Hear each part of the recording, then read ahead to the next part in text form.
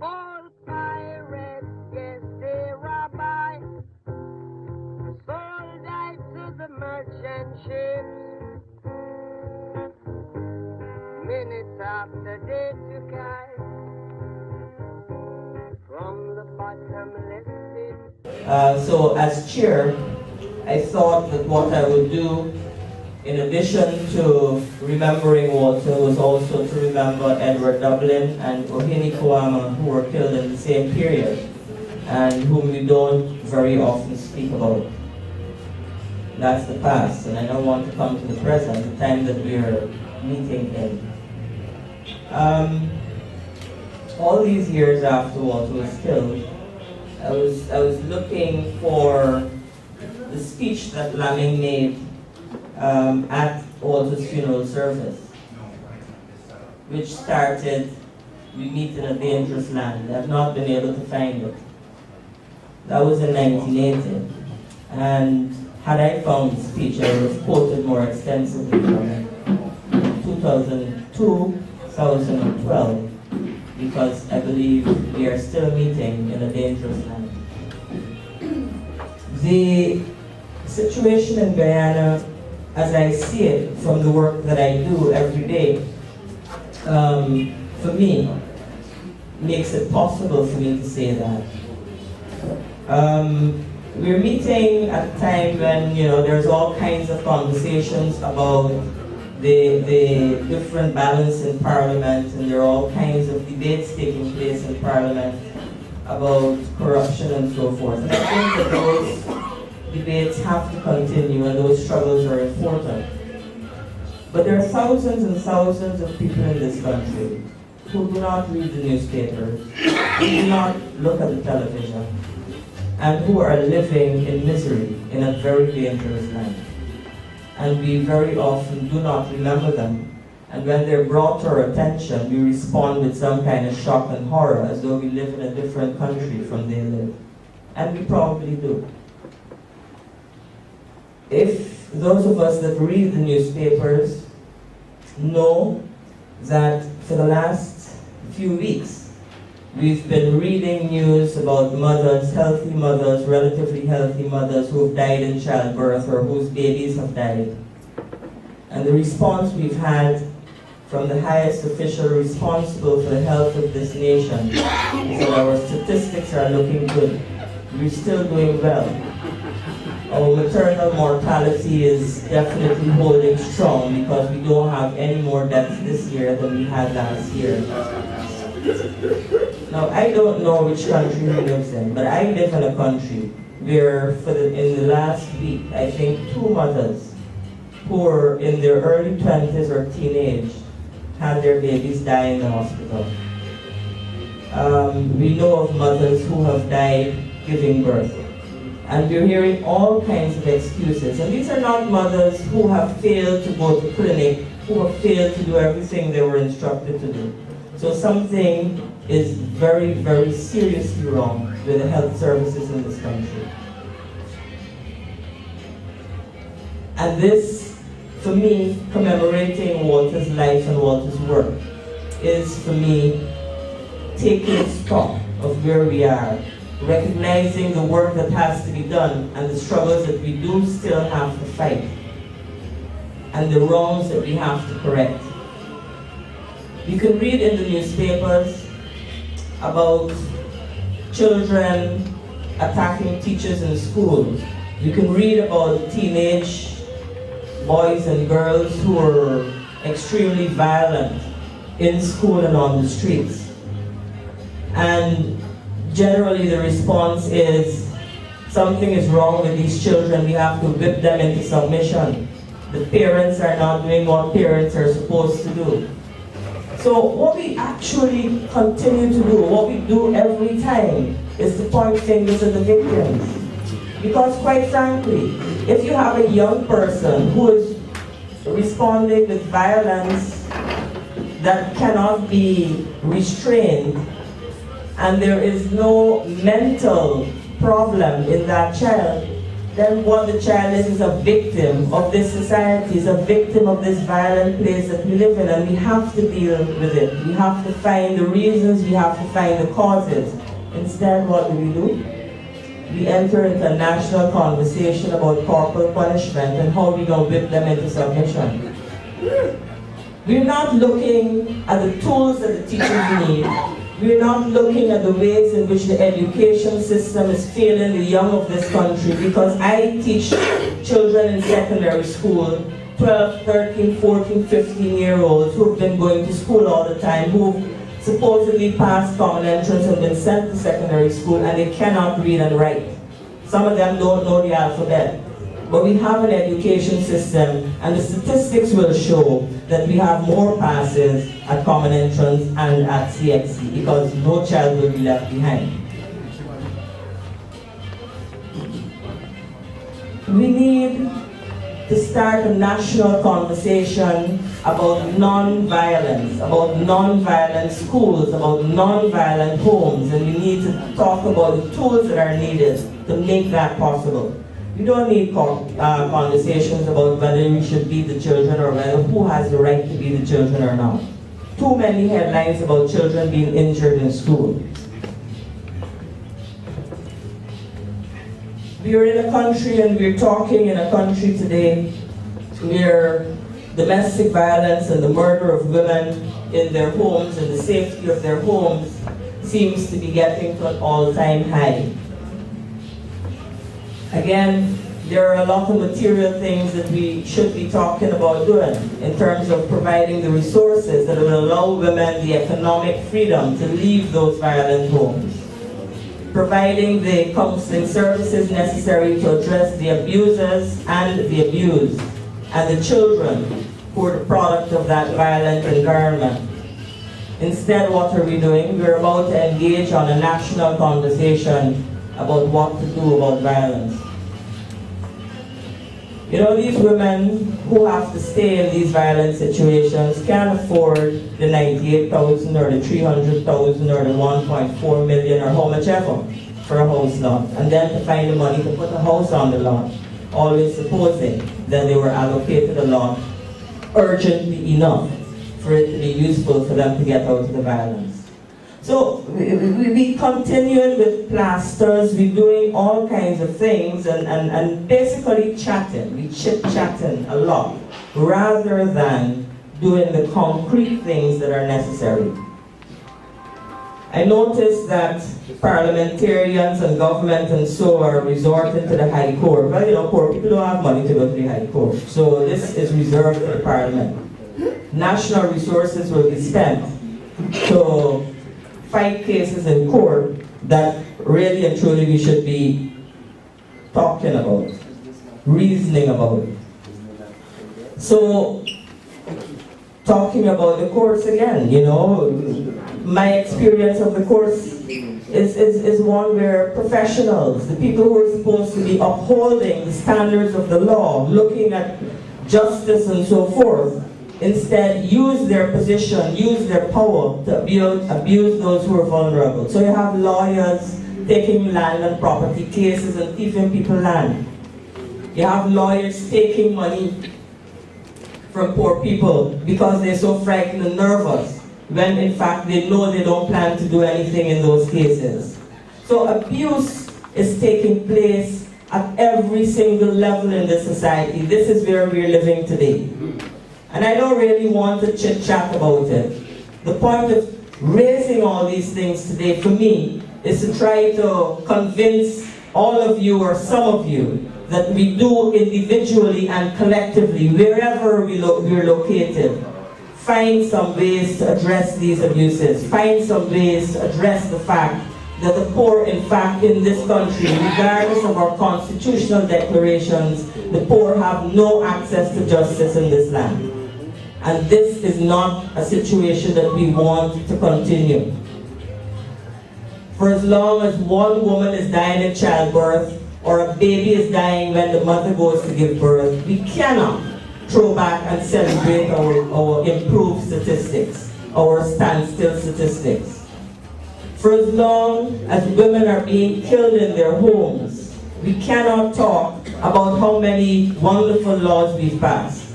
Because very often those wonderful laws do not serve us, do not serve the people who actually need the protection of the laws.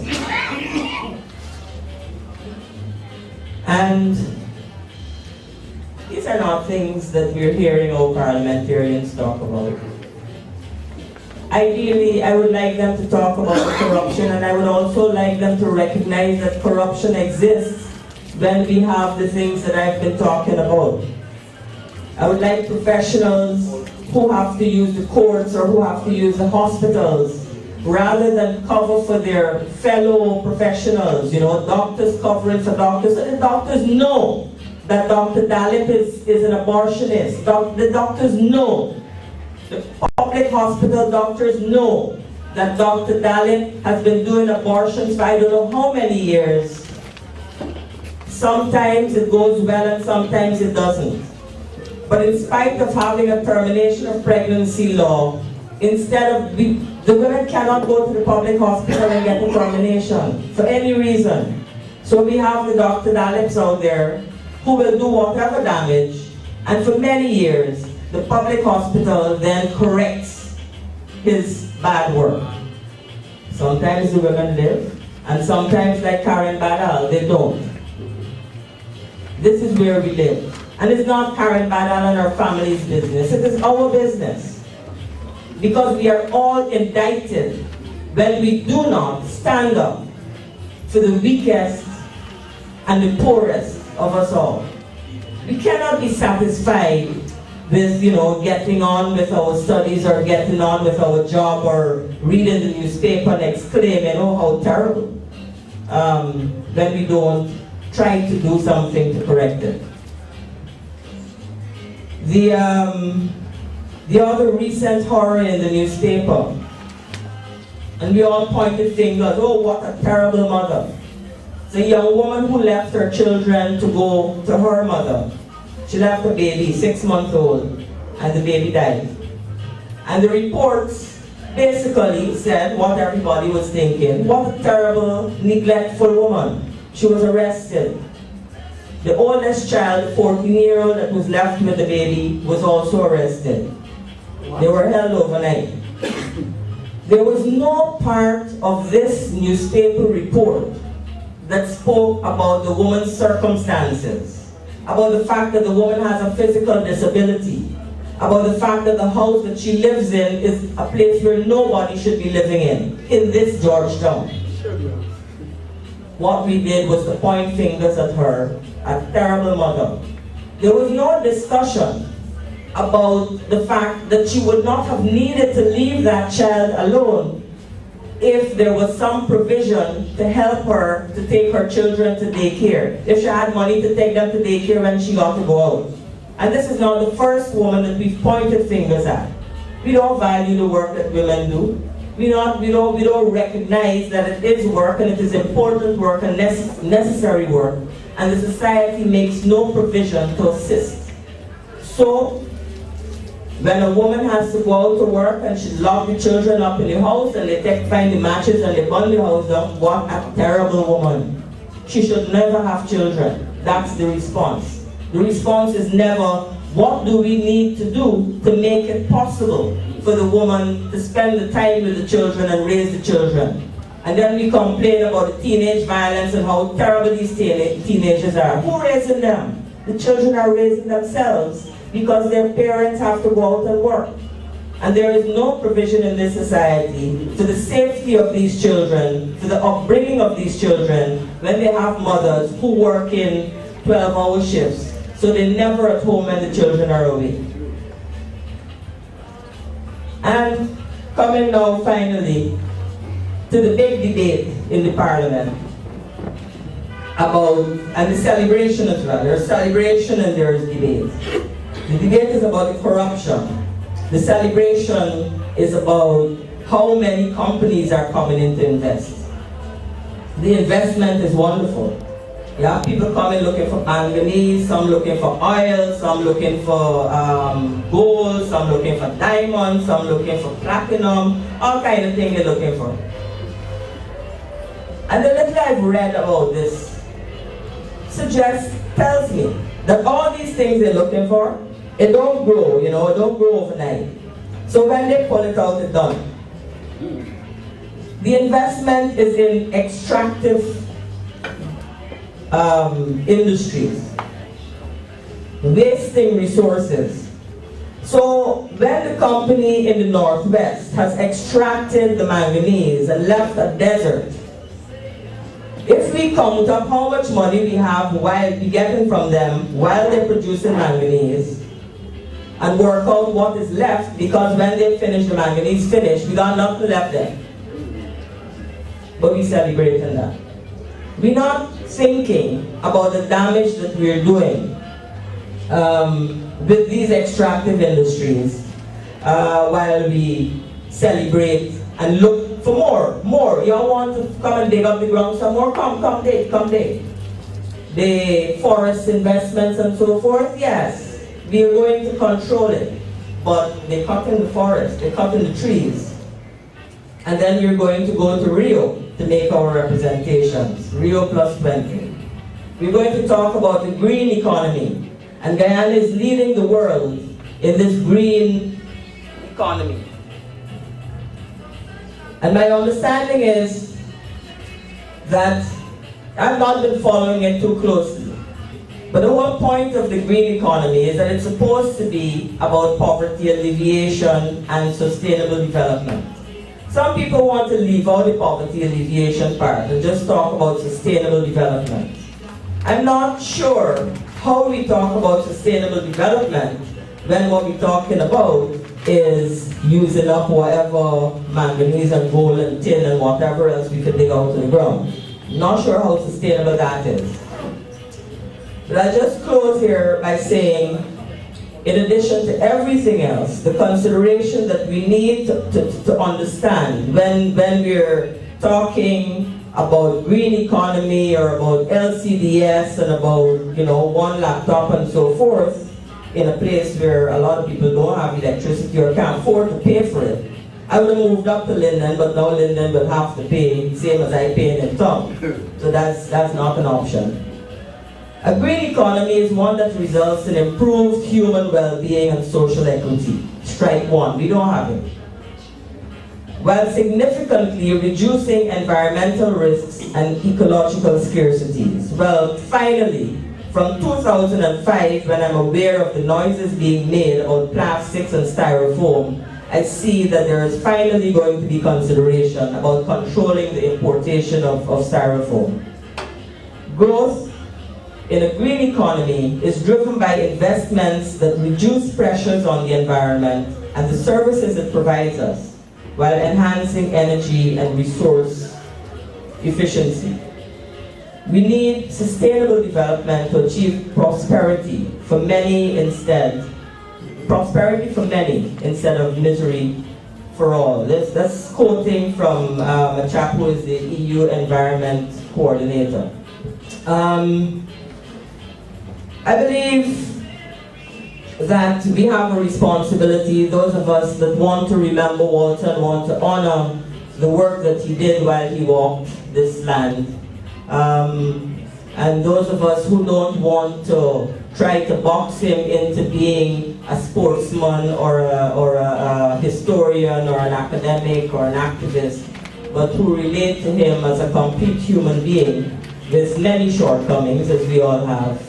I believe that if we are serious about honoring Walter's life and work, then we have to take on these things and we have to recognize that there is much to be done, and each one of us has a serious and important role to play in that. This afternoon, your speaker is David Hinds. I think the term is he needs no introduction. I rather suspect he does not need this microphone either, but I will now pass the mic to David.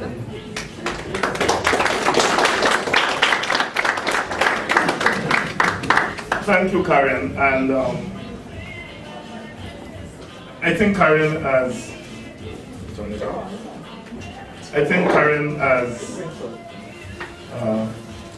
put into context part of what I want to talk about this evening. that in a sense what she has pointed to is a society in deep crisis, a society that is in the constant act of masking the reality of our situation, a society that looks at form rather than essence, a society that has compromised its own integrity, a society that makes do in order to get along. And in the end, it's a society that is not responding to the needs of its people. I want to thank the Walter Rodney Commemoration Committee for inviting me to talk here this evening. It is always an honor to speak about Walter Rodney and to try to understand social and political motion through the Rodney lens. Walter Rodney, during his relatively short life, engaged in a broad array of socioeconomic, political, and cultural issues relating to Guyana, the wider Caribbean, Africa, and the world in general. His was a broad praxis that constantly tried to understand the content and context of the human march from one stage in the grand journey, one stage to another in the grand journey towards the actualization of freedom and dignity. In this regard, his work, his ideas, remain both a source of historical memory, but perhaps more importantly, a vehicle through which we could understand the present and to help shape the future. This is what I meant by the Rodney lens. All societies and civilizations produce, nurture, and celebrate their own heroes and sheroes. This is a necessary building block of nationhood and community. This process is especially critical to a country like Guyana, which emerged from the bowels of perhaps the cruelest project of human degradation, whereby the notion of heroism and sheroism was forcibly denied. For us in Guyana and other post-plantation societies, therefore, the business of hero construction is part of the larger praxis of resistance, self-definition, and self-emancipation. It is in this context that I want to speak about the Walter Rodney legacy, how it manifested itself then, and how it manifests itself in our contemporary world, and how it could be a guide for our collective thinking and action in the period ahead. As I speak of Rodney, I'm conscious that I'm trying to use a global personality to make sense of a particular space, in this case Guyana. But such is the Rodney dialectic that the general is simultaneously the particular and vice versa. In the same manner, Rodney's scholarship was activism, and his activism was scholarship. Attempts at dividing Rodney into pieces and compartments, while convenient for some scholars and politicians trying to make particular points, are bound in the final analysis to provide a less than adequate understanding of his trajectory. This has to be so, for Rodney is to a considerable extent better understood when he is analyzed against the background of the complexities and totality of the society which produced him and which he tried to understand, explain, and shape. I've said all of the above to underscore the importance of Walter Rodney, not as a maximum leader or a superhero, but as an authentic embodiment of the Guyanese, Caribbean, and African diasporic space. Rodney does not have exclusive claim to this distinction. There are many others who fall into this category, but he is unique. He represents a fusion of time, place, and personality. The time, decolonization and independence. The place, the post-plantation Caribbean and the African diasporic space. The personality, the particular type coming out of an experience fertile with oppression, resistance, survival, overcoming, and a yearning for freedom. Rodney not only embodied all of those, but he had the rare capacity to receive the energies therein and to use them to push beyond boundaries and limitations. In that regard, he's part of a group that includes the Mighty Sparrow, Gary Sobers, and Bob Marley, to name a few. I don't think I would be out of place to argue that Walter Rodney is easily the most global personage to emerge from Guyana and the Anglophone Caribbean in the second half of the 20th century. His global reach exposes a root that is firmly grounded in the global project of slavery and colonialism and the response to those from the sufferers. Rodney talked back to the imperialist world on behalf of all sufferers, and in the process struck serious blows for our Guyanese, Caribbean, and African diasporic equality and dignity. Today we celebrate Rodney and remember his contributions at a critical time in Guyanese and Caribbean history. This year we observe the beginning of the independence experience in the Anglophone Caribbean. We do so at a time when our region is caught in the web of alienation, displacement, and social destruction brought about by the new recolonization project, misnamed globalization. The consequences of this project are multi-layered, far-reaching, and total. The era of globalization has brought our country and region face to face with the demons of our plantation past. We are forced, therefore, to take a fresh look at our independence, its content, its context, its trajectory, and its promise. Here is where Walter Rodney is invaluable. He has, through his legacy, left us some tools with which we can try to make sense of our past, present, and future. What is the Walter Rodney legacy that I have been hinting at? There are four major elements of this legacy I would like to briefly talk about. First, Rodney exemplified a broadened role of the intellectual in Guyanese and Caribbean society. For him, the intellectual must put himself or herself at the service of the people by becoming immersed in the popular struggle for freedom.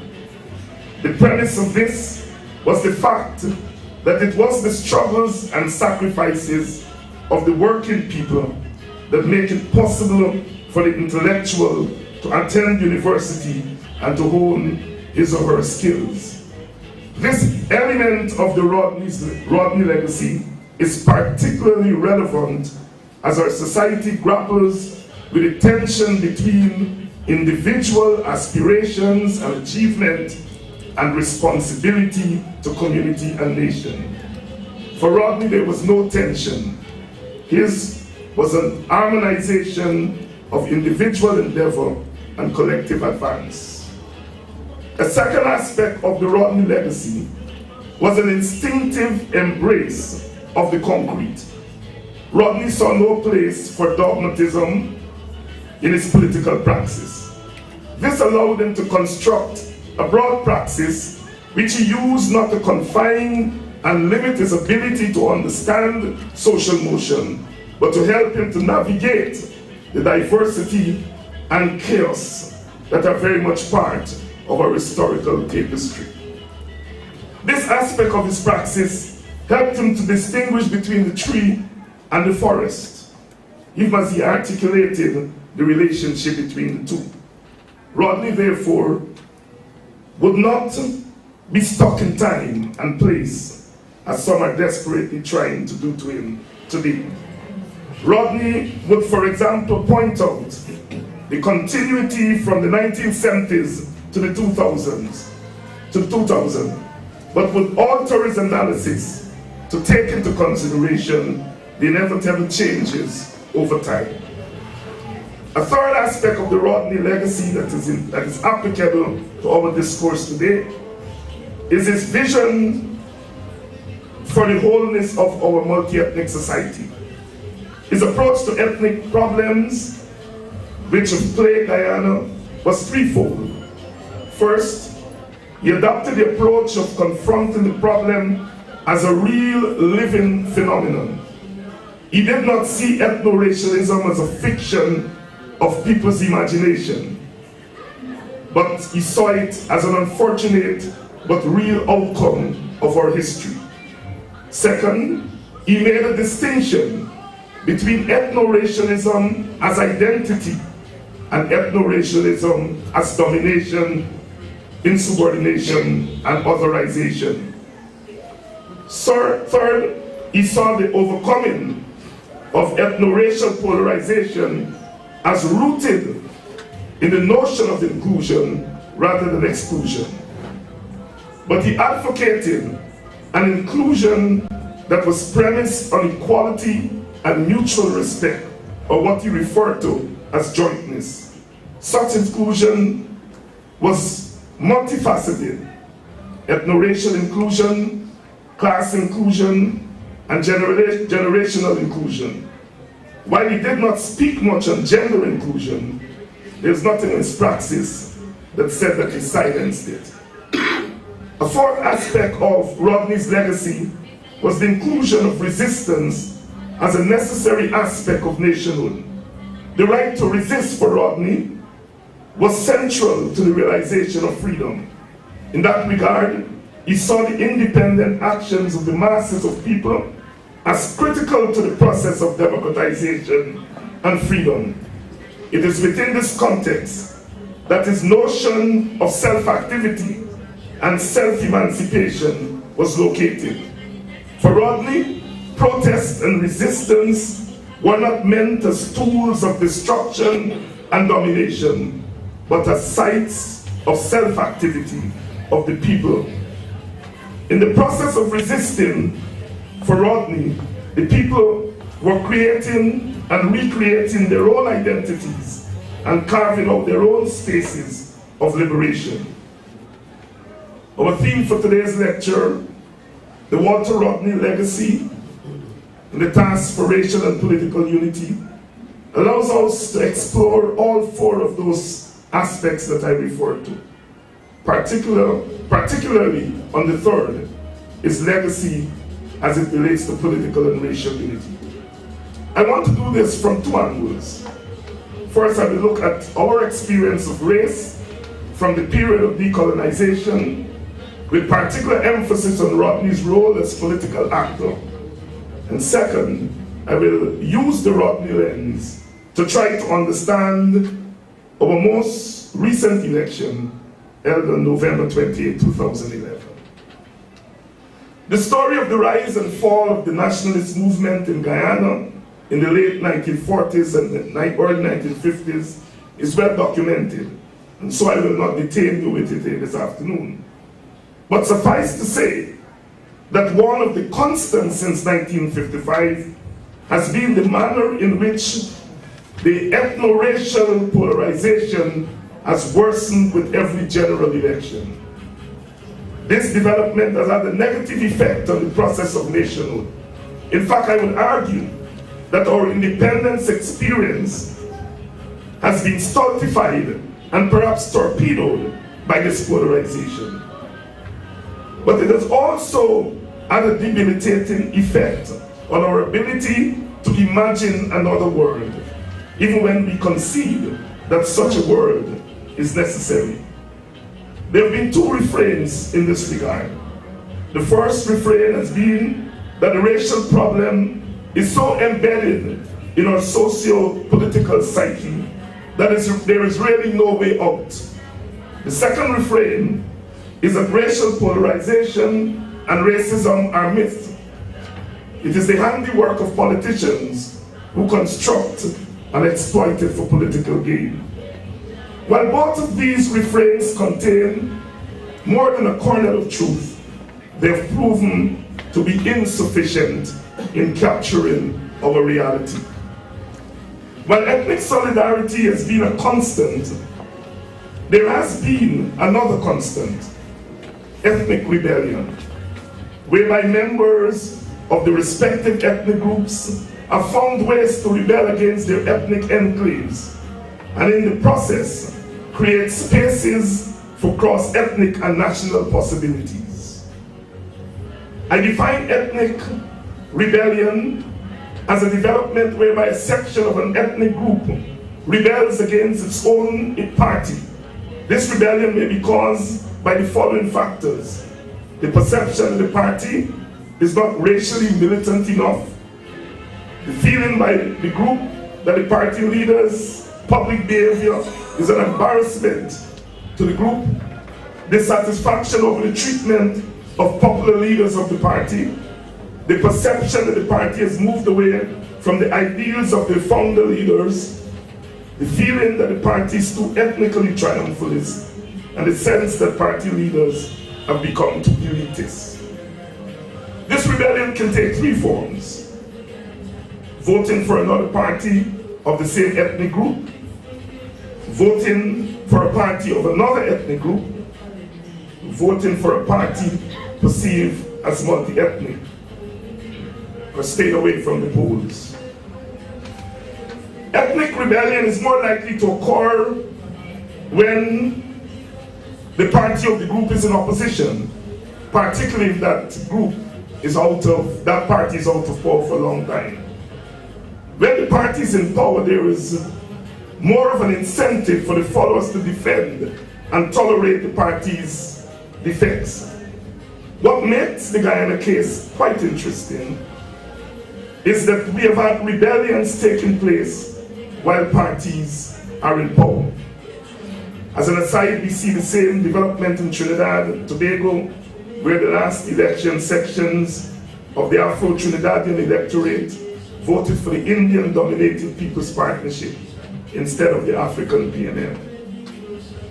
After 2 decades of ethnic polarization, following the 1955 split, in which the representatives of both ethnic groups took turns at governing the country, we have reached the limits of one-race dominance. Whether achieved through democratic elections or undemocratic means, one-race rule is not sustainable. This is one of the harsh lessons to which our political leaders are either deaf or pretend to be deaf. By the mid-1970s, the PNC government of that time had reached the limits to which it could continue to appeal to African racial solidarity as justification for authoritarian rule. As visionary as some of the PNC's policies were, they fell victim to the perception and reality of a heavy-handed government driven by racial and class domination. While African Guyanese took comfort from the fact that in the context of ethnic competition, their group controlled the reins of power, their democratic instincts, collective sense of fairness, and disdain for autocratic rule led them to begin a critique of the government which represented them and which they saw as their legitimate political representatives. This demonstration of independence within the context of solidarity is a critical yet understudied aspect of our political reality. From 1964 to 1974, the African Guyanese had maintained a dual allegiance. On the one hand, they had an electoral allegiance to the PNC and its maximum leader.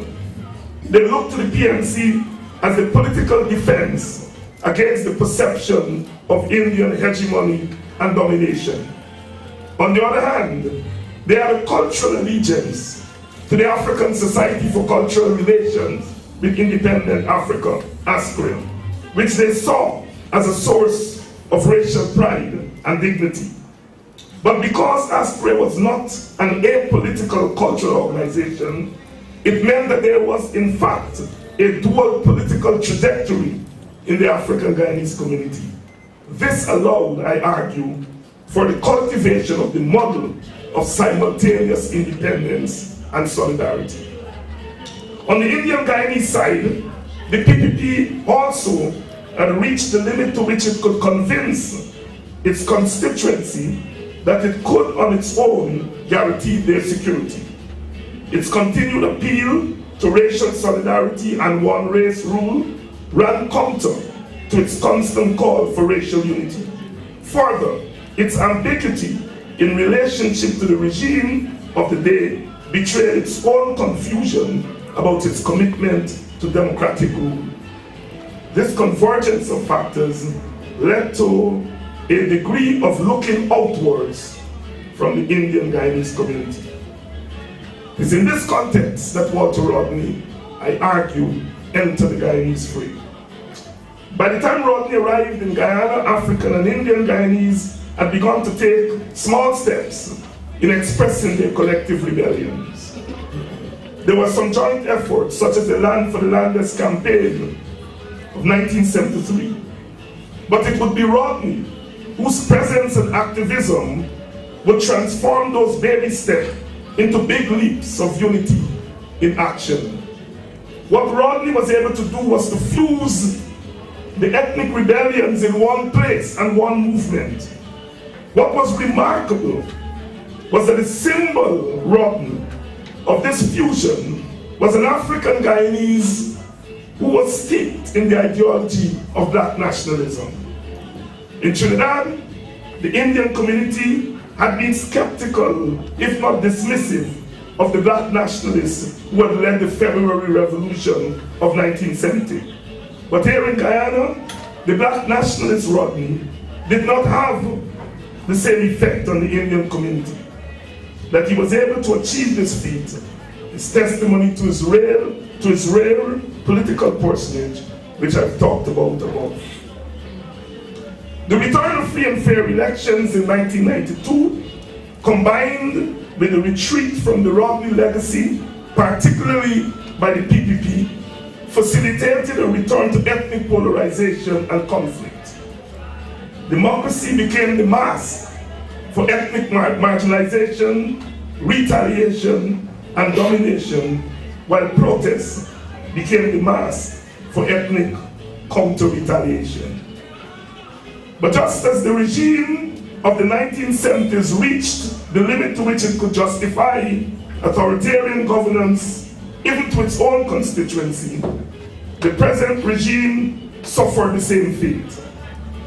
Similarly, the PNC, now in opposition, could not sustain its hold on its constituency, given its own ambivalence regarding a political solution that would release its African Guyanese constituency from the insecurity which emanates from their minority status. I come now to the 2011 elections. I'm arguing that this election ranks alongside the 1953 and 1992 elections as the most important ones in our modern political history.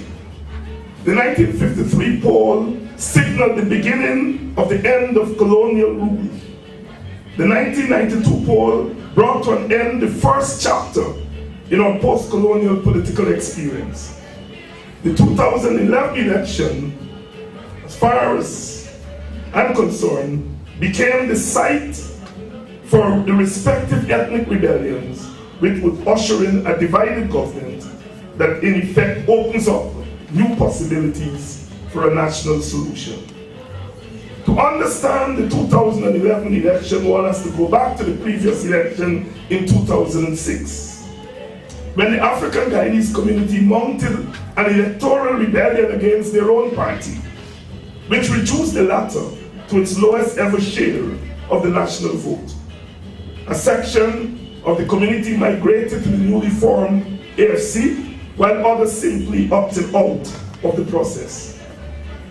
The PPP read this weakening of the PNC as a license for total domination of state and society, without regard for the protests even in its own constituency. The PNC, on the other hand, pursued what for some within its ranks was a controversial approach, which saw it moving towards subsuing itself in a larger coalition of forces that eventually became the APN. Now, what are the factors that caused the ethnic rebellions that we saw around the election? The Indian ethnic rebellion, I argue, were caused by 4 factors. 1, the party was seen by its supporters as moving away from the principles of the founding fathers. A particular demonstration of this was the relationship that had developed between the PPP government and the sugar workers. We saw the fact that the PPP was prepared to move against its own union in protection of capital. This, obviously, was a retreat from the Guyana position. The second factor, I think, was ethnic embarrassment, particularly by the Indian middle class, and the appearance and reality of corruption in government. We've seen since 1992 that corruption, official and unofficial, has become part and parcel of governance. It's no longer extra parliamentary or extra governmental. It is in effect part of the governance process. The third factor was that the leadership became too elitist, which was exemplified by the way in which wealth was accumulated by the leaders of that party at a galloping rate. And finally, the disrespect of popular leaders, in particular here, the disrespect perceived by the sections of the Indian community to be shown to Moses Nagamootoo. I think a combination of these 4 factors were pivotal in influencing ethnic rebellion in the Indian Guyanese community. But this rebellion, like all rebellions, was unexpected.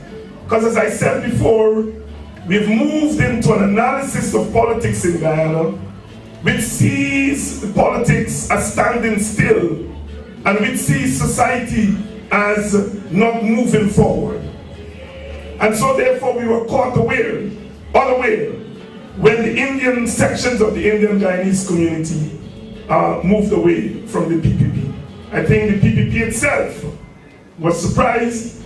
Remember the famous statement made by Mr. Robert Prasad that the PPP did not gain a majority because Indian Guyanese had become too complacent. That's a clear example of how our leading politicians have simply no understanding of their own people. It is one of the important legacies of Walter Rodney. That understanding of the society in which you function is very important. When Rodney came back to Guyana in 1974, he spent a lot of time in the communities, in small meetings, at the bottom houses, talking to people, learning from ordinary people, before he began to make certain pronouncements. This is a lesson that is so sadly not learned by the present generation of politicians who simply do not understand their own people. Now, how did that rebellion manifest itself? Well, there was the lower than usual turnout in the Indian Guyanese community at elections. The spoiling of ballots in some Indian Guyanese community was higher than normal. And more importantly, they voted for what I refer to as an alternative Indian party in the form of the AFC. What we see in the process is that the Indian community, the section of the Indian community that rebelled, Indianized the AFC. We have the phenomenon of a party that was Africanized in 2006 and 5 years later becomes an Indian party. I think for those of us who study politics, that is something that needs deep study. The coalition of Indians in the AFC also needs a particular attention. What we see in the AFC is a coalition of ex-PPP dissidents, of Roar activists, the Indian rights organization of the 1990s and early 2000. And we see this coalescing of Indians within the AFC, just giving it an Indian content that made it possible for the Indian dissidents to vote for the party. What is interesting is that the AFC votes came from Region 6 and Region 5, in the heart of PPP support. Once again, it is something that is very important for us to have a conversation about. These were not marginal PPP areas. These were areas at the very center, the very north center of PPP support. The question, therefore, is why the rebellion takes place in the very center of the support of the political party. If you go back to the rebellion against the PNC that Rodney led, we will remember that it was in Linden, the heart of the PNC support, that Rodney put down his strongest roots. We are seeing parallels here. The question that I'm raising is that these things open up possibilities for us to begin to talk about our politics differently. And one of the things about Rodney, as I keep saying, is his ability to study the society. Today, we do politics without any study of the society that we live in.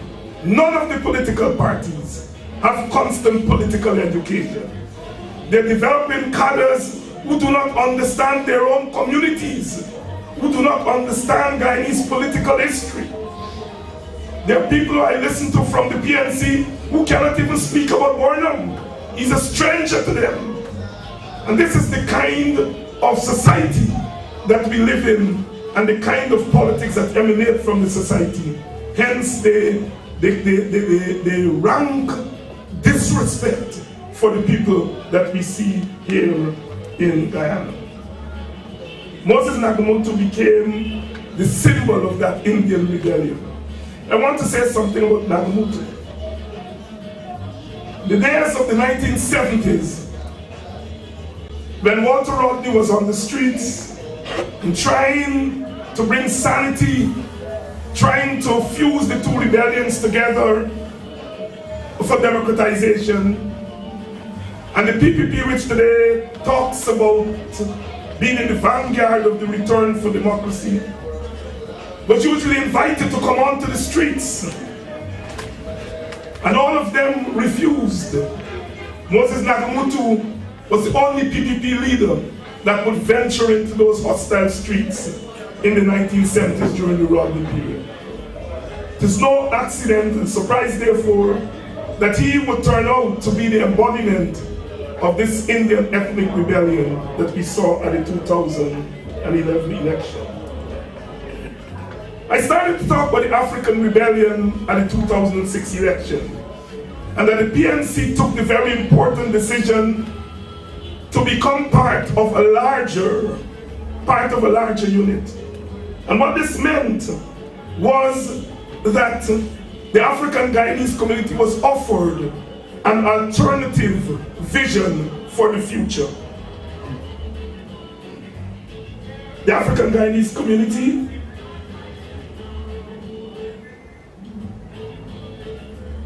had opted out for all intents and purposes from the political process in this country. After 20 years, after a lot of the things that Karen has been talking about, the fight for survival, the daily degradation, the alienation, the lack of representation, the African Guyanese community by and large had decided that Guyana no longer belonged to them.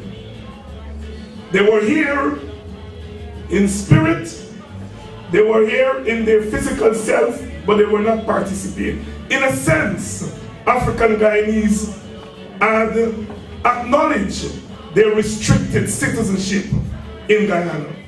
And this was extremely serious as the 2011 election approached. What the APNU did in the African Guyanese community was to provide a framework where African Guyanese could see a way out of their status as second-class political citizens. that the notion of a government of national unity and inclusion signaled to them that a solution could be found so that they can become equal participants in the political process of this country. Like the Indians that Indianized the AFC, the Africans Africanized the APNU. The perception of security was extremely important. The traditionality of the PNC, the security by the ex-military men and women, and the militancy of the WPA combined to provide a new sense of confidence and security to that community. David Granger, who emerged as the leader of the movement, and I think it was and is a movement. David Granger emerged as the leader. He became the symbol. Certainly not a charismatic leader in the traditional sense, but what was developed was a charismatic relationship between Granger and the African Guyanese community. But there was something else at work in that election that I want to touch on, and that is important for us to understand Rodney and Rodney's approach. While Granger was the symbol of what the APNU stood for, it was an Indian Guyanese on the platform who became the chief messenger of the APNU. Rupert Rupnarayan undoubtedly was the personage on the platform that carried the message and ignited that connection between the community and the organization. And I think this is extremely important because it opens up new possibilities for us to talk about race in this country. We are accustomed in Guyana to the token Indian or the token African. I think for the first time we saw on a platform an Indian Guyanese on what was essentially an African Guyanese platform, not as a token Indian, but as a genuine part of the process. And I think that is very important as we move forward in trying to make sense of where we are. Now we know what the outcome has been. The reduction of the PPP's majority, but we also saw something else. We saw the radicalization of the youth, in particular the African Guyanese youth. Now this is no mean feat, because often it is the youth that are quickest to see when there is degradation, when there is alienation, and to say, I'm not dealing with that.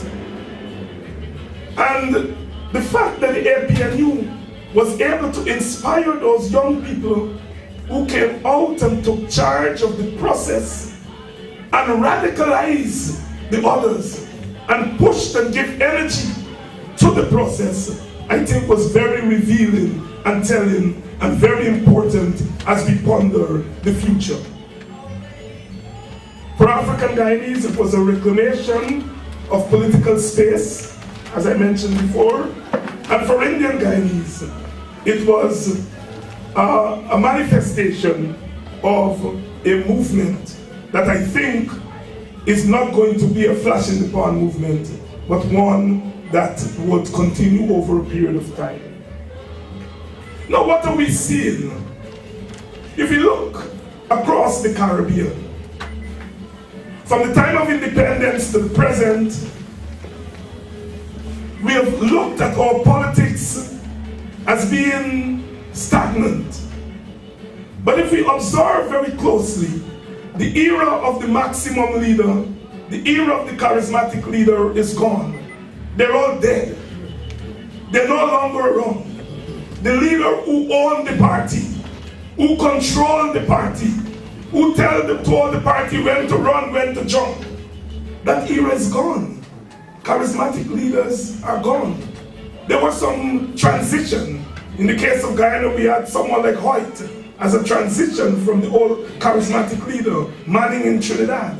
But by and large, the era of the charismatic leader is gone. And we have to begin to look at the new politics. What we are seeing are accommodation, leaders who are consensus leaders, leaders of accommodation, whether they be Tillman Thomas in Grenada, or Fundell Stewart in Barbados, or Portia Simpson in Jamaica, or David Granger, or Donald Ramotar in Guyana. What we are seeing are not these overpowering charismatic leaders, but leaders who arise as a result of some kind of arrangement. And so we have to take note of where the politics is going. The political parties have changed. The political parties are no longer these cohesive units that are bound together and never say die. Even the traditional parties have now become coalitions. We see the Jamaican Labour Party 3-4 factions. Right now in Grenada, we see the 2 or 3 factions fighting each other. Here in Guyana, we look at the PNC and the PPP and we see factions. And some of the diehards in the party are screaming that we need party unity. What party unity has meant was domination within the parties. And so what we are seeing is an opening up of the parties to new ideas and to some kind of concourse of ideas. And of course, the traditional party loyalists are fighting that. But it is very difficult to fight the tide of history. We are moving on. And we've got to recognize that we are moving on.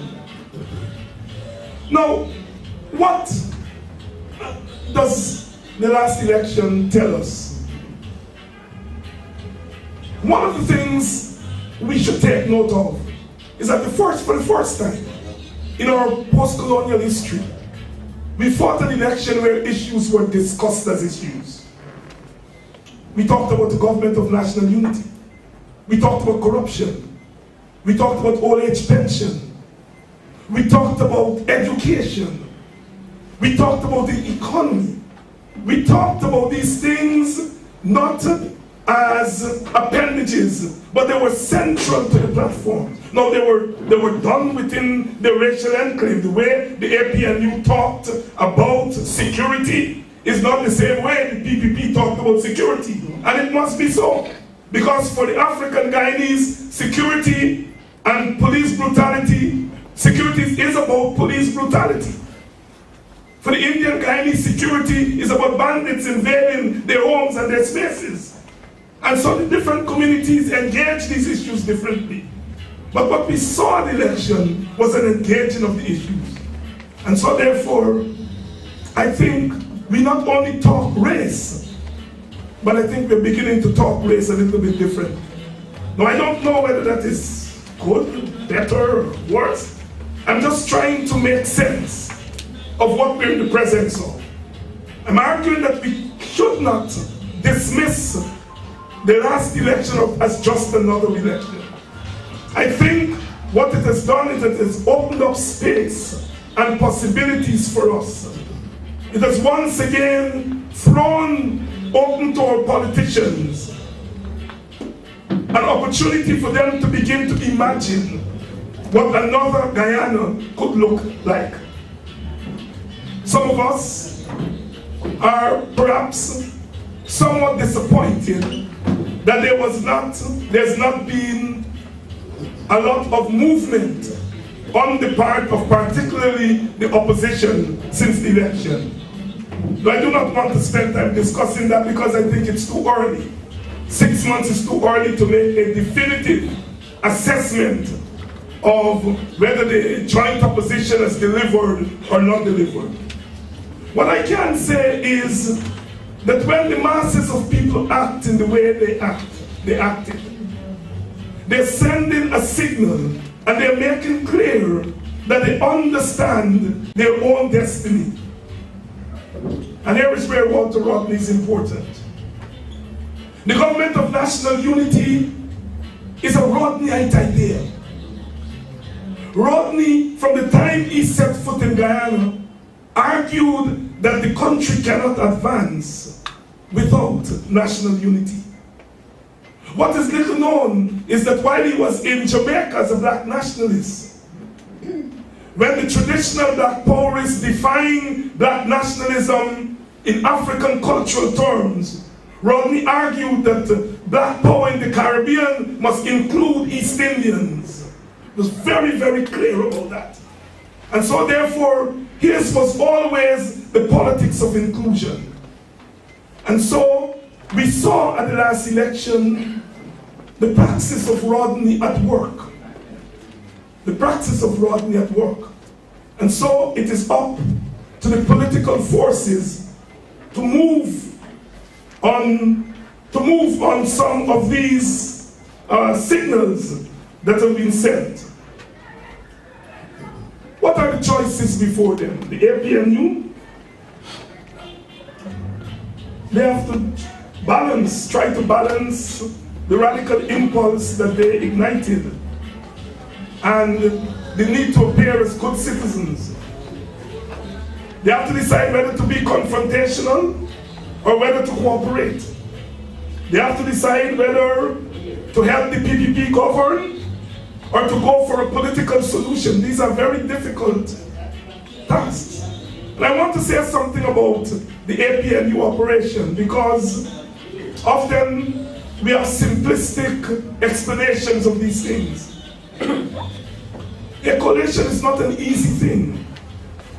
You are bringing together forces from sometimes very opposite corners. And in the case of the APNU, you're bringing together political arch rivals, people who fought each other. I may not be able to play to say they were old enemies, and you're putting them in the same place, the same space, and expecting them to function. It will be very difficult when you bring those forces together. So on the one hand, unity is important, but unity comes with a price. And one of the price of political unity is that you have to go through the motion where the political parties are not imposing their views on the coalition. It's a sure way to kill it. If the APNU resembles the PNC, then it is not the APNU. If the APNU resembles the WPA, it is not the APNU. Only time will tell whether it goes that way or not. For the AFC, it has to work out how to balance loyalty to its Indian Guyanese constituency while working with the APNU. Not an easy task to convince East Indians who still are suspicious of anything that has to do with the PNC, to convince them that it's worth working together. That's the task of the AFC. It will have to summon up imagination to deal with that. When Walter Rodney came back to Guyana, here was an African who had to convince Africans that an African party was not working in their interests. Imagination. He did it. Imagination. It has been done before. Here is Walter Rodney, a Marxist, who had to convince Marxists that a Marxist government and a Marxist main opposition was not working in their interests. Difficult task. But imagine. And so the task facing the APNU and the AFC can be surmounted with imagination, and more importantly, with listening to the masses of people. If I may make one criticism tonight of the joint opposition, was the way in which it quickly abandoned the ground. And I use the word ground deliberately. It's a Rodneyite term. And I think it is not too early to make that assessment. That once you remove yourself from the ground, you expose yourself to the vagaries of the other side. The Linden experience, I think, taught us a great lesson where decisions about people should not be made without the consent of the people. This is a Rodneyite principle, it's a democratic principle, and when people engage the political process as they have engaged that process, they expect to be part of the decision making. And so governance is not just about those at the top, it's also about the sufferers. It's about those at the bottom. When Rodney could not teach history in the University of the West Indies, he went out into the countryside, into the towns, into the gullies, and he grounded with the ordinary masses of people. When he was banned from Jamaica, there was what was called the Rodney riots. And people were asking, why are these Jamaicans rioting for a Guyanese that they hardly know? Well, they were rioting about their own conditions in Jamaica. Rodney was the medium that helped to give them that sense of confidence and security so that they can take action on their own behalf. The notion of self-activity remains very important in our conditions. The notion of self-emancipation remains the ideal for which we should strive. And ultimately, a Guyana in which all of its ethnic groups, including our Amerindian brothers and sisters, is one that we should aspire to. But our unity must not be a unity of unequals. The Rodneyite legacy is about a unity of equals. It is not just about who is 51% and who is 40%. It is about the contribution each ethnic group has made to the evolution of this country. The Amerindians gave us this land. It's their land. The Africans came here and for 300 years sweat and toiled in inhuman conditions, contributed to the great industrial revolution that we teach our children about. There will be no industrial revolution without sugar and slavery. And they overcame slavery. And they ignited a modern Guyana by buying their villages and beginning the process of nationhood. East Indians came here, it's bound with labor.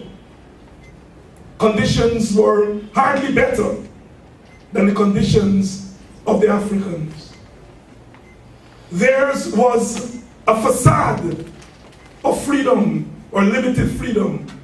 But in the final analysis, the degradation was the same. And they contributed and continued the work that was started by those before. And so there is equal worth, I would argue, of all ethnic groups in this country. And in a situation as tenuous as ours, until each group feels secure that their presence here is not a cosmetic presence, but it's an integral part of our sense of being and our nationhood, there shall be no peace in this land. And peace is essential as we move forward. Walter Rodney, people ask, what would he have done if he were here today? As Karen said, I too do not want to get into the business of what if. But what we do know from his own praxis is that he would be in the fields, in the factory. He would be down on the ground with the sugar workers. He would be in the villages. He would be up at Linden today talking to the Lindeners about that electricity hike that is about to be foisted on them. He will be taking an active interest in the level of violence that is taking place in this society. He often reminded us that our Caribbean space is one of the most violent spaces in the history of humanity. The violence of slavery, of colonialism, of post-colonialism, it's here. The ease with which women and children are murdered every day. The story of the man in Jamaica who was wiping the car glass. And he went up to the car, Mercedes-Benz or whatever, and attempted to wipe his glass. And the man said, "No, I don't want you to wipe my glass." And he spit on the glass. And the man came out of his car and shot him dead. And the comments under that story in the newspaper were revealing. The most charitable comment was Imran. The man should have given him a song cut ass, but he should have killed him. That was the most charitable comment.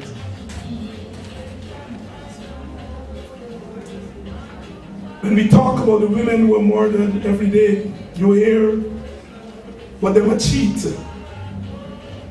It is there where we have arrived in this society.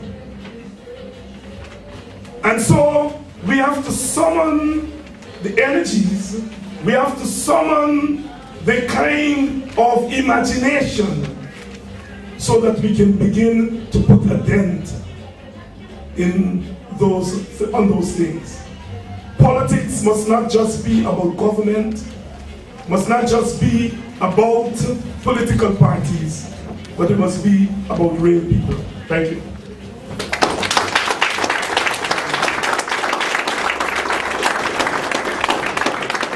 Thank you, David.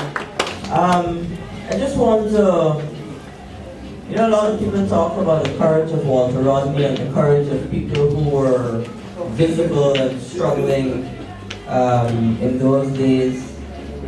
I want to acknowledge the presence of a seriously courageous Guyanese who, in the face of a world that had been stunned by the assassination of Walter, when people were helter-skelter trying to understand what was going on, in a situation where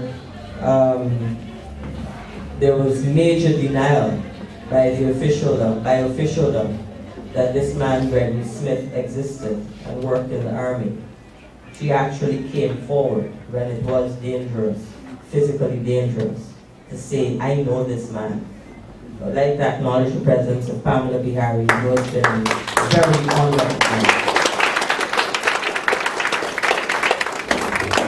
That's courage. And those were more dangerous days, and we need more courage now. So the floor is open for comments, questions, discussion. Since Walter Rodney have died, and only in the last election, I heard people talking about mental slavery, right? Politicians talking about mental slavery. So there's two Christians in the house of the is that one, I think by our leaders, right, we have been fooled, our own leaders and our own people guide us. We have been fooled and led astray. It's only again in the last election we learned by a certain party that we shouldn't be accept treatment as second and third class citizens, right? In the history of my country, after Walter Rodney, I never heard those kind of things. And I want to ask my learned brother if he thinks Guyana needs crystal clear democracy. Thank you very much. Yes. Yes,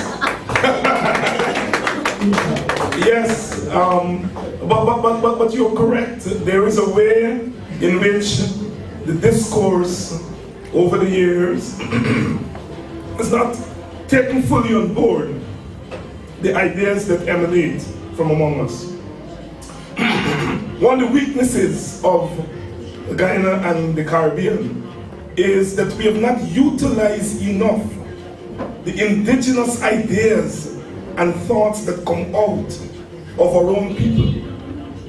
The University of Guyana does not teach the ideas of Rodney, Guyana, Jagan, in any real serious way, right? And so we relegate our thinkers and our political actors to just political people who are just capable of making political pronouncements. But we have had some of those political leaders who have really marked out for us some very, very, very important ideas as to how we can move forward. But we don't grasp those ideas, and it's one of the problems with Walter Rodney. Walter Rodney is better known in Africa, in Jamaica, in the United States, than he is in Guyana. It's a shame. It is a shame. And one of the things that we are guilty of in Guyana is that we have not found a way yet to talk about Jagan and Rodney and Burnham and the Gar and Guyana as part of a national tapestry. The Americans talk about Lincoln and Roosevelt and Reagan as part of something that is national. And whenever we talk about these people, we talk about them in a cussing up way. We saw the president yesterday in Boston saying that the PPPs was inseparable from Boston. He was talking about the pre-1955 PPP. But they do not make a distinction between the pre-1955 PPP, which was a multiracial coalition, and the post-1955 PPP, which was an Indian coalition, which is an Indian coalition. And so here you're talking to Bostonians and say, well, you all have always been inseparable to the PPP. Bostonians were never part of the post-1955 PPP. And so the point I'm making is that we all try to hold on to things in our little compartments. The political descendants of Burnham, of Guyana, of Martin Carter, and others have as much claim to the pre-1955 PPP as the present PPP. But they hold on to it as if it belongs to them. It does not belong to them. In the final analysis, it belongs to the people of Guyana.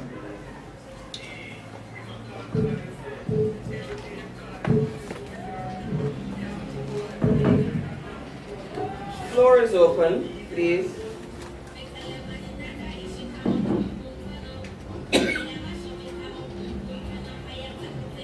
Sorry. Good evening, and thank you very much. My name is George. I'm one of those people, perhaps to say, coming from Africa. I think we do have a soft spot for the late Rodney. I've been here not too many months, and I took a break and only returned in March. And part of what has struck me about this society is the sense of division, that what we would call a really deep divided society, with very diverging narratives about the past. And one of the questions that society usually asks is, how do we deal with our past in a manner that we can move forward, call it reconciliation, call it peace, call it settlement, but the sense that at some point a country like this needs to deal with questions about its diverging narratives of the past in order to move forward as a society. And I did think that one of the things I heard during the campaigning period was a question of what we do with the past. You don't have to call it a commission, whatever you might call that process in which a society like this needs to its past. That was part of the discourse that I thought I had about during the campaign period here last year. And I'm just wondering, from your perspective, of where would Rodney put this today? He was looking at society today and saying, for once we have a sense of balancing the political forces in society, would it be a moment where we begin to sit down as a people, imagining that what the people of Guyana did last year was to say, guys, you have to work together. We've given you more or less parity in terms of how you move forward, would there be a sense that this would be the moment that this country sat together and began to fail to think, how do we pack our narrative of the past? What do we do with them so that we can move? I do think that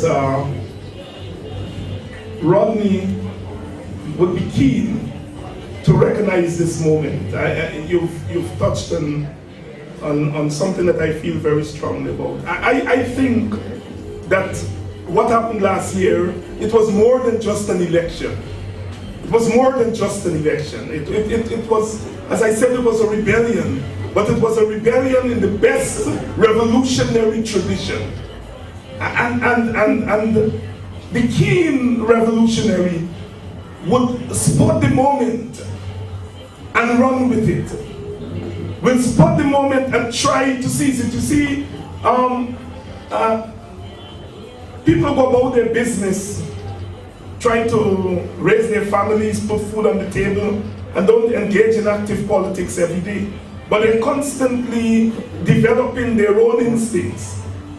And when the moment presents itself, they burst like a dam, and the water bursts out.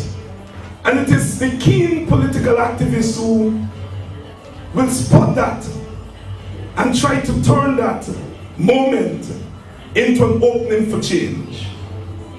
And I think perhaps we missed that boat. And we missed that boat not because our leaders are inept, not because our leaders don't have unity at heart, but I think that we have stopped. We have stopped imagining. And so if you don't imagine, when that moment presents itself, you can't see it. See? And Rodney never stopped imagining what a new world, what the new possibilities could be. Right? And so therefore I think the Rodneyite perspective is very important for us at this moment, because I don't think all is lost. I think that the process, that which we saw on November 11, it's still there. It's waiting. It's waiting to be harnessed. All right? I never before have I seen our people so engaged in what is going on in Parliament. Never before. People are talking about the budget. They're talking about these things. And that's very important. Right? Well, as my sister said, people are in advance of the politicians, right? And that was true then and true now. You see, one of the things Rodney always talked about from his study of history is that the working people always present us with opportunities to advance the struggle. And every single time they present us with one of those opportunities, we let it go. It's something about the Guyanese and Caribbean society that we are not able to grasp that moment and take it and run with it, right? And so your point is extremely well taken. Thank you, David, for another intriguing analysis. You've always had the ability to analyze things deeply in the historical context in which to do this. I'm wondering if you can comment briefly, and perhaps at another time develop this more deeply, the role of the church in what has happened. During Walter's time, you had dark people. Recently, you have a lot of, Guyana has more churches, mosques, and temples per capita than anywhere in the world. Recently, you had a bishop who was arguing that if Jesus were here, he would vote for atheists. I'm wondering the role of the church and how it's affected Indo-Guyanese and African Guyanese in these rebellions. You have a comment on that? I have to say that I've not thought much about that. Not during the Rodney period. There was the period of liberation theology, the 1970s and the 1980s, which would have had an important impact in the way the church acted here in Guyana. I would like to put the stance of the church in the context of our post-1983 moment. See, 1983, with the demise of the Grenadian Revolution, was an important transitioning point for us in the Caribbean, in that the radical moment was crushed and we went into retreat. And it is in this period of retreat that we see all kinds of unsavory elements occupying important spaces, so that that person could stand on a pulpit or wherever he stood and said that Jesus would vote for the PPP and all that kind of thing, right? I think we're producing actors in the religious sphere, in sports, in politics, that are not capable of understanding the society in which we live.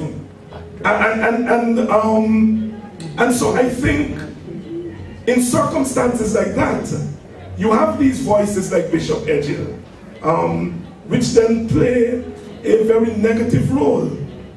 They either depoliticize their congregation, or they try to sway them along their own narrow partisan way.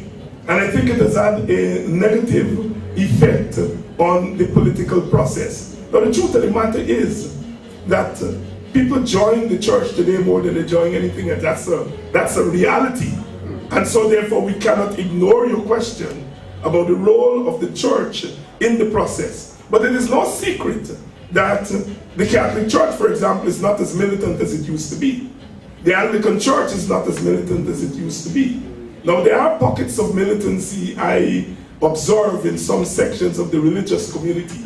But I think as a community, it has retreated from the gospel of liberation. Hence that kind of nonsense that you hear from that fellow. In the middle of your presentation, you mentioned that a very rapid process of recolonization is taking place under the misnomer of globalization. And yet you speak, the rest of your presentation, to me, struck a note of optimism that we can do something with Guyana as a nation if we really began to really put our pulse on where the politics was. I see, I'm not quite trying to criticize you at all. I think it was an absolutely brilliant presentation. I'm glad I came. I'm looking that there's a seeming gap, because if so much energy is burnt out in Parliament as it is being now, a lot of burnout and very little on the ground, without us understanding exactly the implications of that globalization that's taking place as we speak, that is beginning to even more radically destroy Africa in an extremely sophisticated way. And if we keep looking at the nation in that beautiful Rodneyite sense of we're all one family, and we forget our real roots as belonging to a larger context, I'm wondering, and I don't think the two things are impossible to unite, but I'm thinking that much more radical leadership has to come than what's coming out of the Parliament right now. Thank you.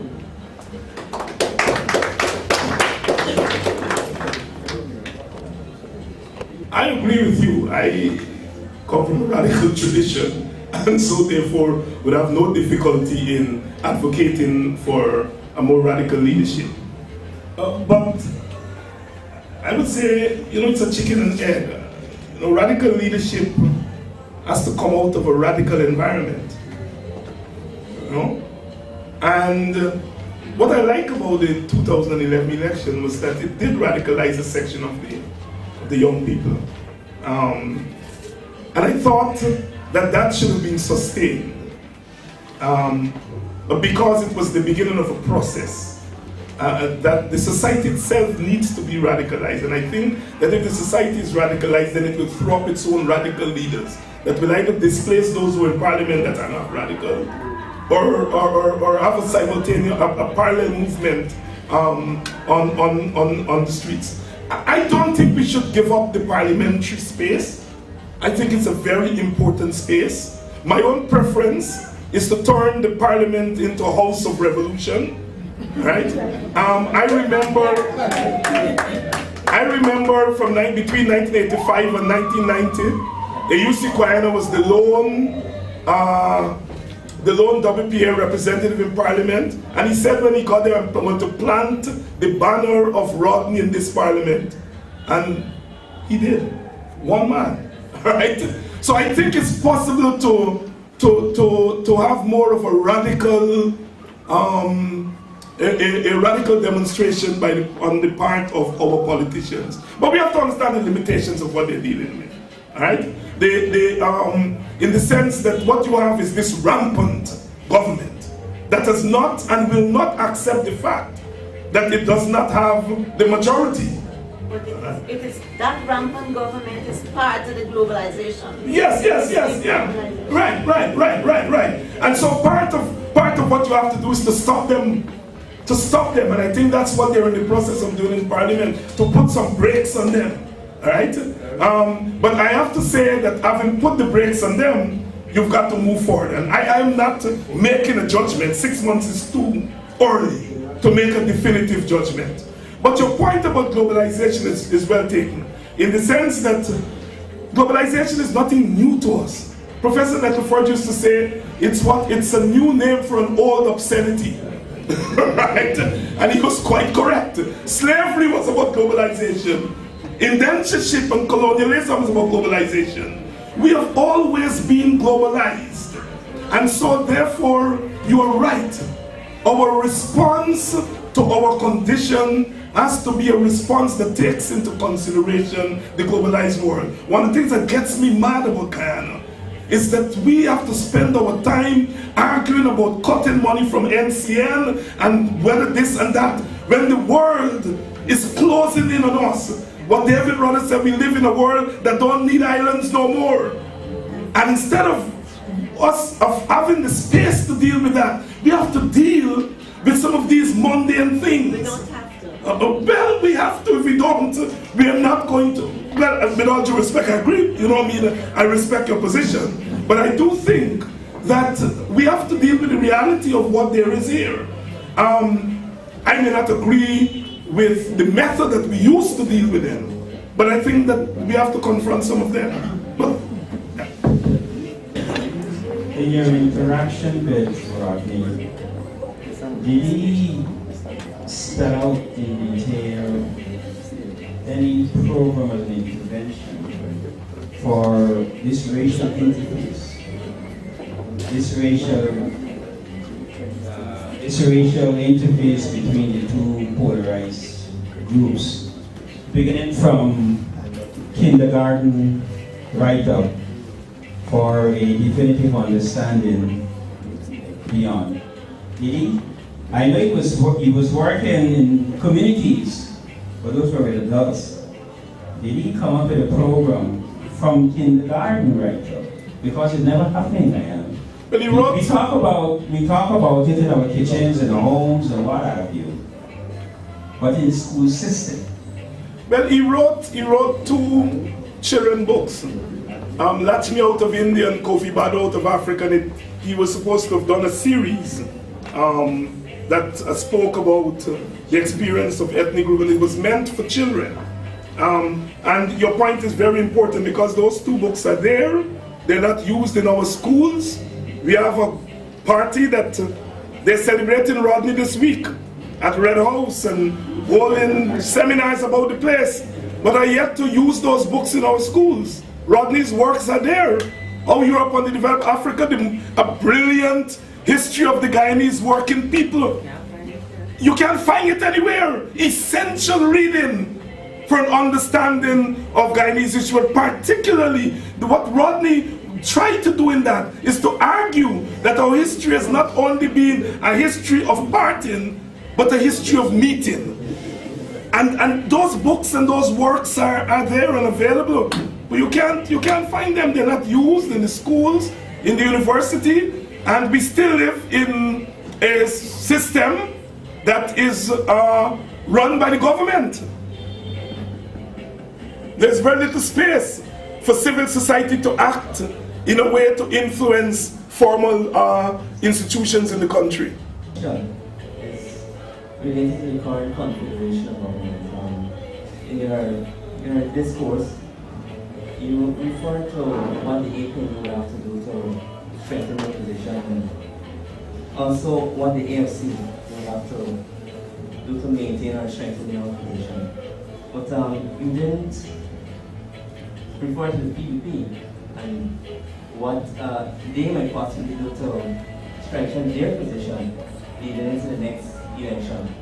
And there's a perception or a thought that if the PPP was to reconnect with their base support and satisfy the insecurities or the problems that their base support felt about them during the 2000 elections, similarly to how the PNC was able to reattract its supporters from the AFC, coming from 2016 to 2011. If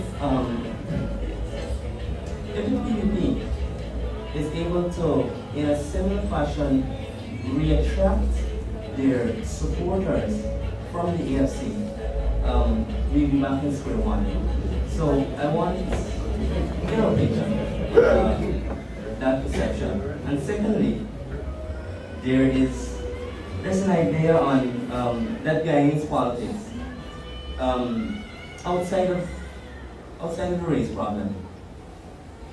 One of the main problems with Guyanese politics is the fact that central government is way too powerful.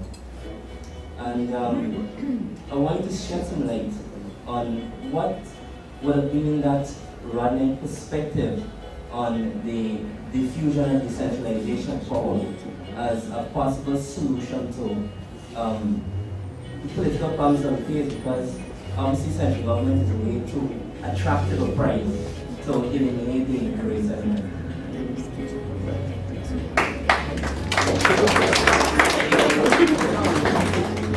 Very insightful question. Let me deal with the first one. You're right. If the PPP regained its one seat that it lost this time, we're back to square one. It is for that reason that I don't think that our solution lies in an election. I hear people talk about snap election, and I hear the opposition say, we are ready, bring it on. That kind of macho, masculine nonsense that passes to politics.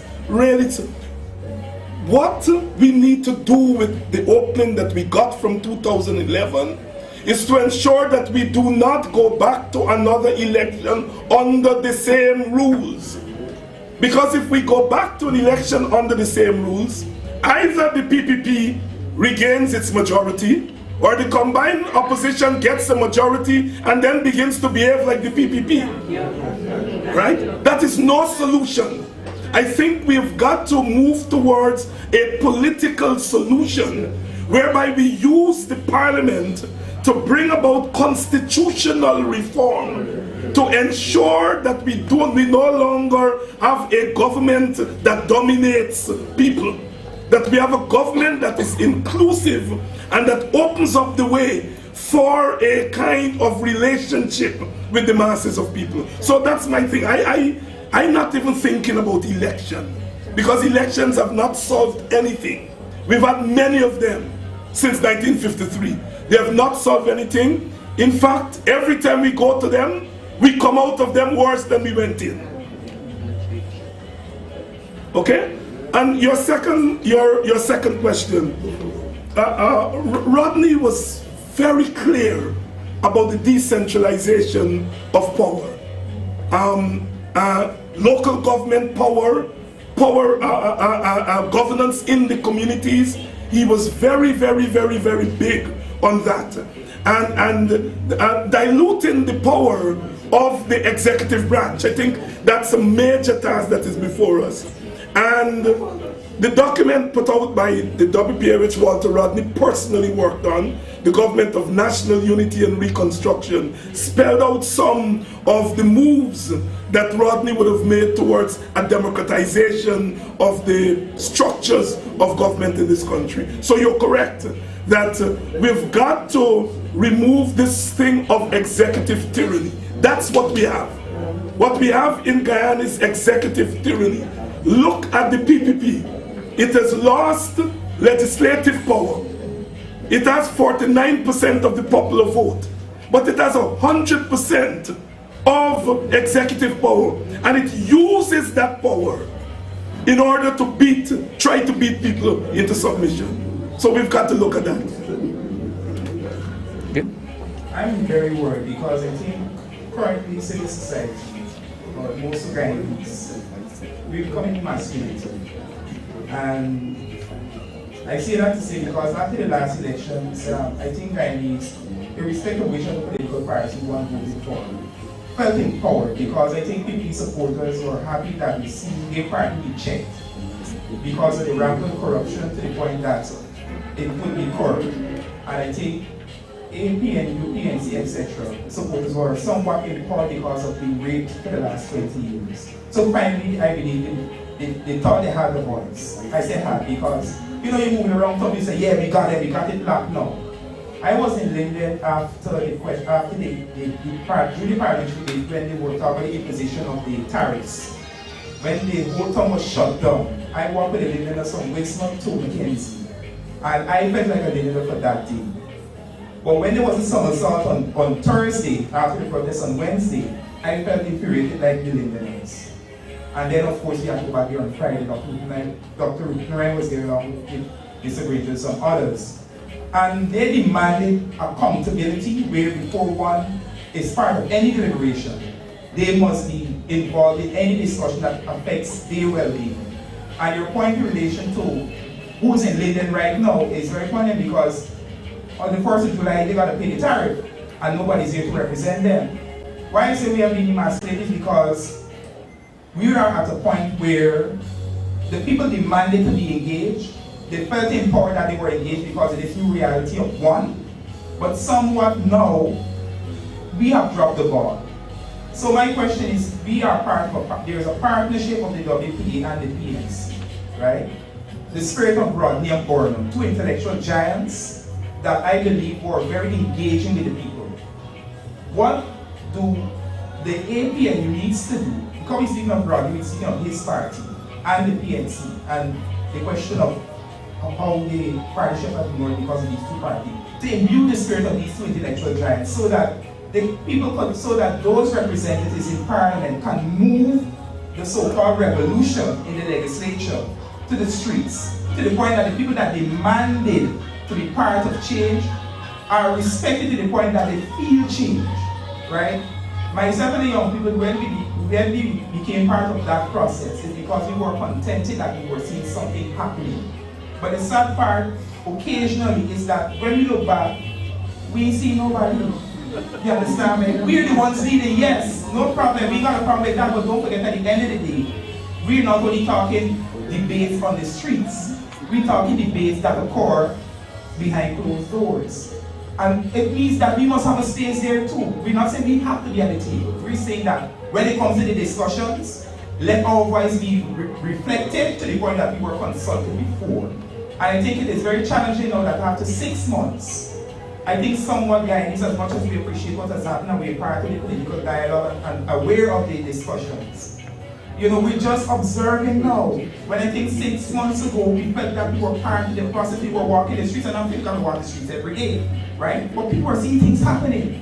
So what do we need to do to ignite the spirit of these two intellectual giants in a partnership that has brought some results, where those that are there representing our interests come to the people? Because as far as they're concerned, we dropped the ball to the point that now people eating we are the curry, so to speak, right? That's right.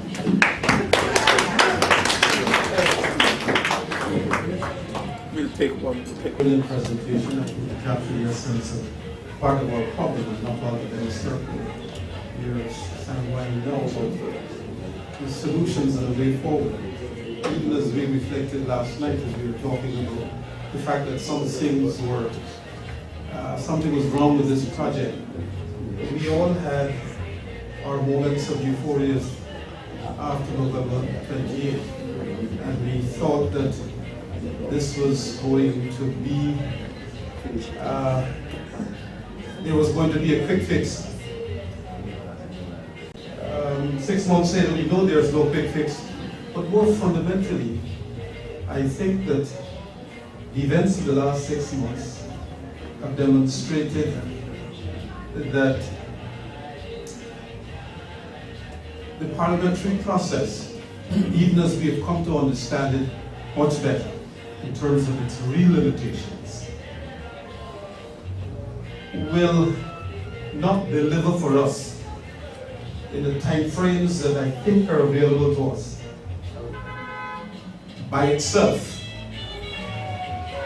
the kinds of changes which are required, I couldn't help but endorse the comments of the speaker just before me. I remember after 28 November, when I was asked what I thought was the most significant thing that happened here, I said there were two things. One, the streets were a legitimate form of political activity, and two, the youths have become engaged. I think that much more deliberate action has to be taken to keep the extra parliamentary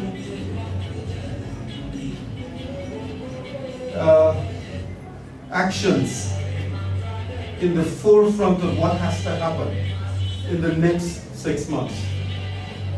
Already we hear that bills that you think you could pass to stymie certain activities are not going to go anywhere.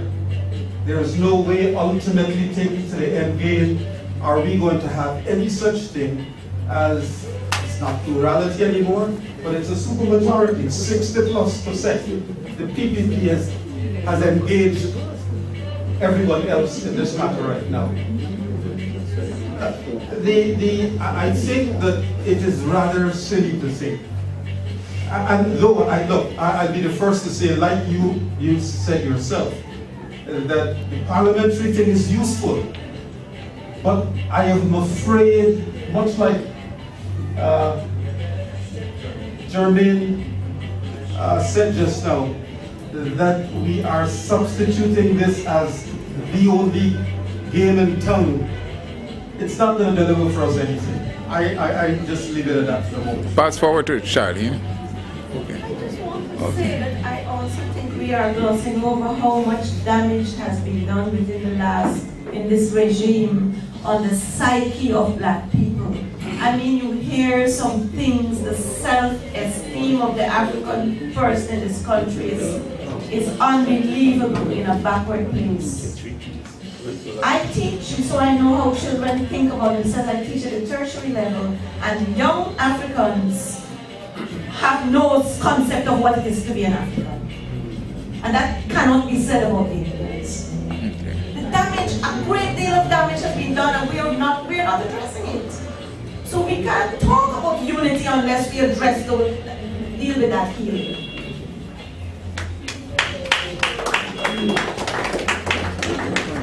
I'm glad we've given David voice a chance to recover such a comment and make another question. You know, I've tried to hold my peace on this matter about the new dispensation for quite a while. And probably today, probably a proper day to break, you know, in position. You see, when I spoke prior to the elections, I did hear the TV, and I called and said, you know, let the people act done with the right tax statement, not the noise and confusion, you know, created. But we have a way in this country not taking ourselves in our political process very serious. You see, we're talking about the new dispensation, how the political players, particularly the players on the opposition side, and particularly the APM, have not given us a scientific analysis of what took place on election day and subsequently after elections that led to this new dispensation. And we have not demanded from them in a very energetic way a very clear and accurate, you know, statement on the reality.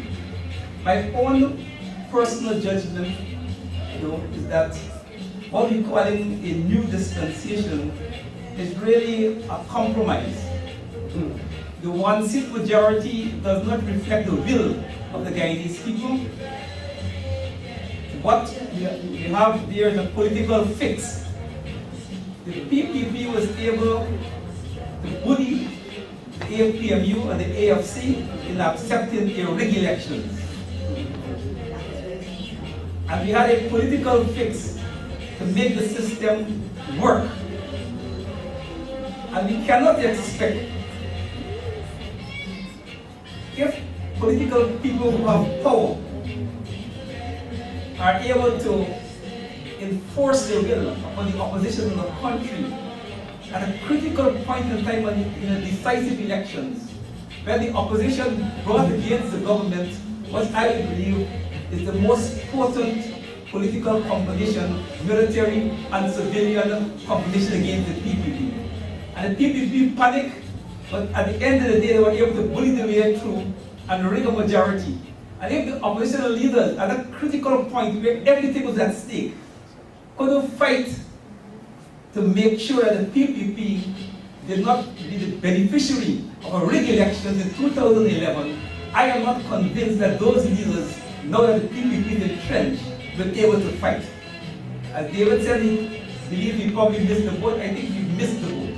We have to recreate a new dynamics.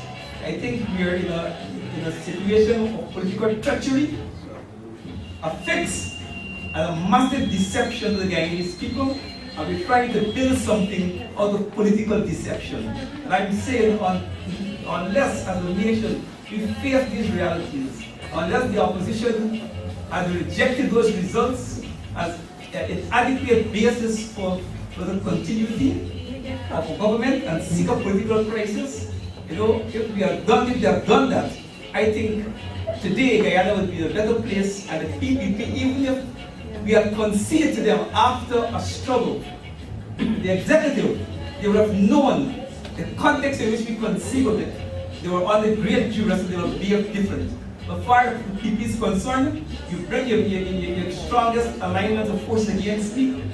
I beat you to your own game of rigging and maintain the executive on my own smartness, and it's you know to take it from me. I intend to put you in place.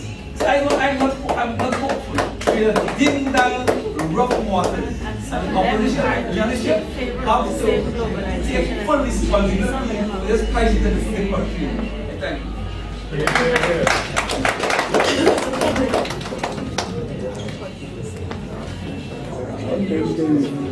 evening, everyone.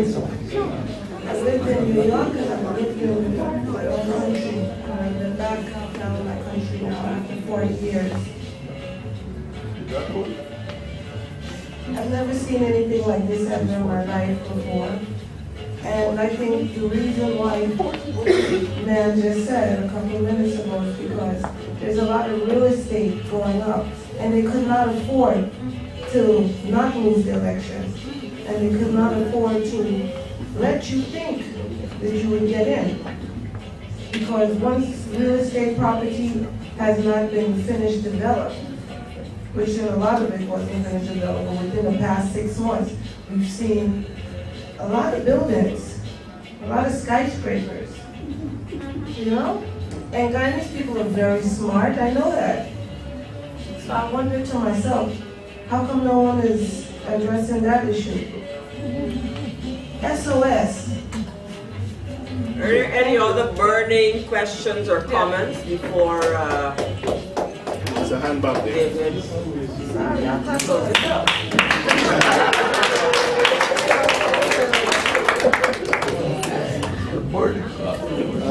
We talk about revising the Constitution. Let us assume that they forge a new Constitution accepted. Is there any guarantee that it will work? England does not have a written Constitution, and they do not seem to be saddled with the problems that we have. I'm an old man restoring.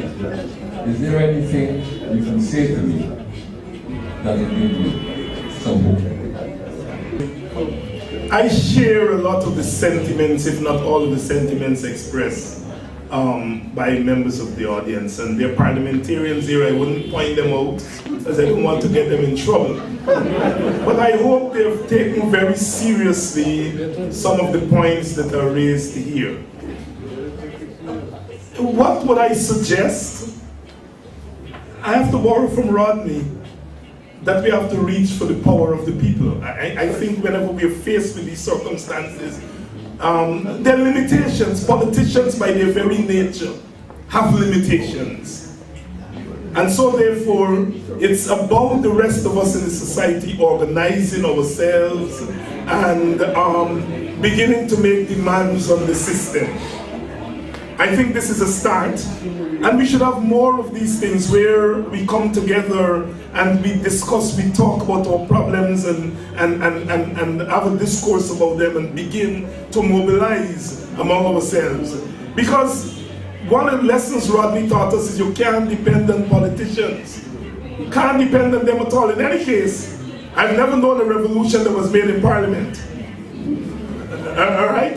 That we have to organize on the ground. So I want to say to the young people, and the brother that spoke earlier there, Jermaine, is one of the leading members of the YCT, which the Youth Coalition for Transformation, which to my mind was the most shining, the most shining product to come out of the November 28th elections, the emergence of the YCT as a group of radical young people who wanted to change their society and make it for the better. And I hear your frustrations, but if we're looking to the politicians, I don't think that they will move as fast as we want them to move, if they move at all.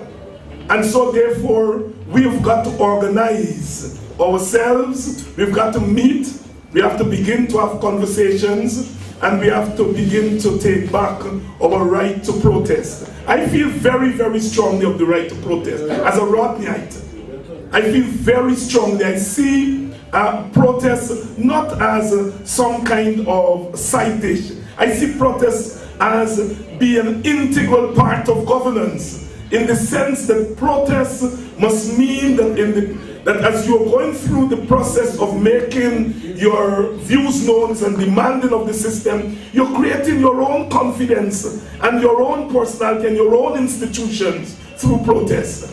But let's be frank. What has happened in Guyana is that protest has been criminalized and it's been racialized. Right?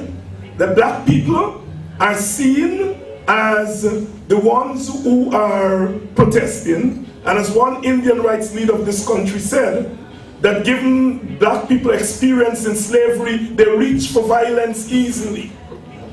An Indian rights activist said this in Guyana, all right? And we seem to have accepted that notion, all right? Now, I want to say well, I want to say that as African Guyanese, we have contributed in some way to it too. Because I do think that the madness in Boston contributed towards the perception of protests and black protesters as criminals. So it is something that we have to really talk about more and bring to the fore. Now, one of the significant things, Keith, one of the significant things about the protests after the November 28th election was that mainly black people marched in Georgetown, and not a single Indian was touched, not a single property was touched. Indians were walking about the streets in Georgetown, waving at us while we were marching, congratulating us while we were marching. And I think that was a new demonstration that we could protest in this country. It started on nomination day. Oscar reminded me that it started on nomination day. And so it showed us the possibilities. And that is why I'm at a loss that for some reason that kind of protest was discontinued. Because I think that protest could have moved race relations to another level demonstrating to Indian Guyanese that African Guyanese, when they protest, are not about to damage you and destroy you and their property. And I think if we allow those protests to continue, it would have done that, but it would also have kept a movement and kept this government on its toes, that it realizes that you're not just dealing with people who are doing their parliamentary thing, but you're dealing with the strength of the masses. But I do think that it's not too late. In that sense, I'm an optimist, right? I'm a little bit more optimistic than my brother Ogun and Sister Charlene in that regard. But I am optimistic that that we can regain some of that. But as Grantley said, it has to be done very quickly. I think if we spend Eric, right, as Eric said, right, it has to be done very quickly. If in the next 6 months we do not make a dent in this situation and move beyond what we are doing in Parliament, which I think is a kind of defensive politics, right? If in the next 6 months we don't move beyond that, we may well find ourselves in a situation where the people will take matters in their own hands. That is what I am very concerned about. That if we do not give leadership, then we will go back to a situation where people take matters in their own hands and it could get nasty. Yeah. David, we're divorcing political reality from the economic realities of Guyana. 60% of Guyanese own 3% of GDP. So politically, unless there's a different view of economic growth, nothing is going to change. The lady talked about the buildings going up. 60% of Guyanese own 3% of GDP. And the criminality in NICIL, that's a dance. They should be locked up. So the politicians aren't doing their job, and they're not educating the people about the reality. Economic power will always give you political power. Political power will not always give you economic power. Going back to that mobilization story and what Eric just said, the reality is, neither the opposition nor the government is speaking to us or speaking about any different economic arrangements. Both the opposition and the government have totally bowed down to the dominant global forces. So everything that is happening here assumes that the rich will get richer and a little bit of crumbs will trickle down to the poor, as us. And we have to decide whether we're prepared to sit back and accept that, or whether we're going to instruct our parties differently, whether in fact we're going to give some leadership to our parties.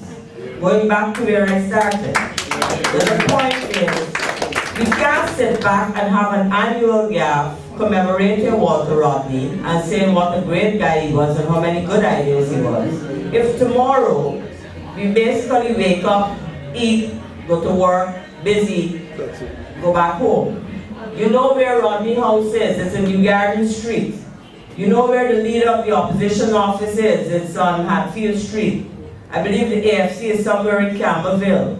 The PPP on Rob Street. We have to speak to these people and tell them that they're not talking for us. And they have to talk some different language. But if we expect that we will get on with our busy lives, with our survival operations, and anything will change, then we are sadly mistaken. I don't know why YCT is waiting for instructions from the opposition or from the party. I believe YCT must get up and instruct the party, instruct the movement, continue to lead the movement. This business of sitting back and waiting and hoping, it's not taking us anywhere. And I understand how disheartening it is. But find a way to make some noise, Jermaine. I don't want you to answer me. Ladies and gentlemen, thank you very much for coming out. I hope it is not just a gap. I hope we will be hearing and seeing some more active engagement on many, many fronts. The next time I'm standing on the street, whether it's Henry Greenite, cussing out, or whoever, I hope I will see some of you there. Because I have not come off the street. I may not be talking about parliament or politics, but I'm talking about the lives of Guyanese people. And I'm very happy to discuss the Parliament, to discuss the economics, to discuss the social issues, health, education, everything that has to do with our survival in this country. And we cannot leave our existence and our survival to the parliamentarians. Thank you very much. Hope to get to you before next year. Before you go, just to say that this kind of conversation we hope to have on a regular basis. Next month, Karen will be doing a presentation dealing with some of the things she began to talk about tonight, the violence in the society. So please keep your ear open for next month's session. Thank you again. Thank you very